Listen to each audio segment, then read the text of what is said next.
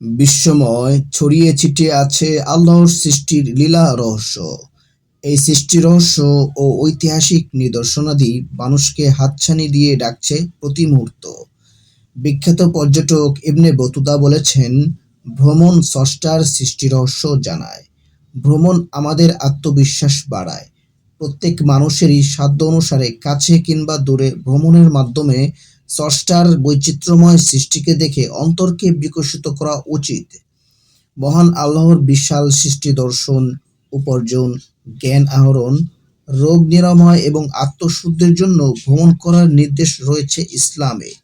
কেউ যদি সওয়াবের নিয়তে ভ্রমণ করে, পুরো ভ্রমণেই তার সওয়াব অর্জন হবে।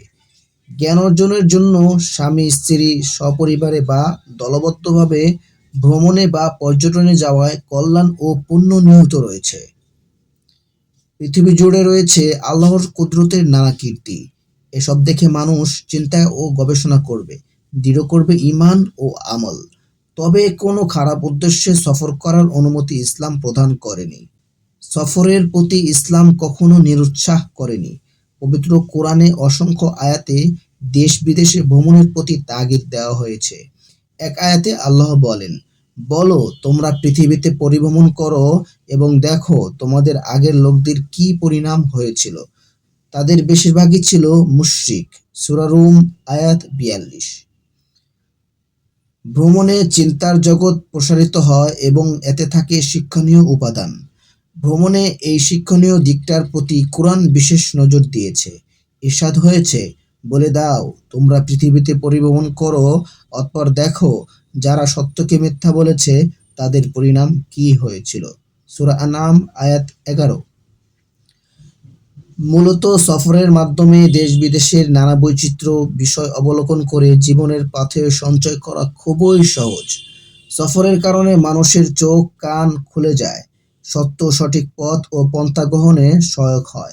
আল্লাহ তাআলা বলেন, তবে কি তারা পৃথিবীতে পরিভ্রমণ করে না, যাতে তাদের অন্তর অনুধাবন করতে পারত এবং তাদের কান সত্য কথা শুনে নিত। সূরা হজ আয়াত ৪৬। নির্দিষ্ট ভূখণ্ড থেকে বের না হলে সৃষ্টিজগতের অনেক কিছুই অজানা থেকে যায়। পৃথিবীর এক এক স্থান এক এক বৈশিষ্ট্যের অধিকারী। চিত্ত বিনোদনের পাশাপাশি যেসব স্থানে চিন্তাশীলদের জন্য রয়েছে চিন্তার খোরাক। আল্লাহ বলেন, বলে দাও তোমরা ভূপৃষ্ঠে ভ্রমণ করো এবং দেখো কিভাবে আল্লাহ প্রথমবারে সৃষ্টি করেছেন, আবার তিনি শেষবারেও সৃষ্টি করবেন। সূরা আনকাবুত আয়াত ২০।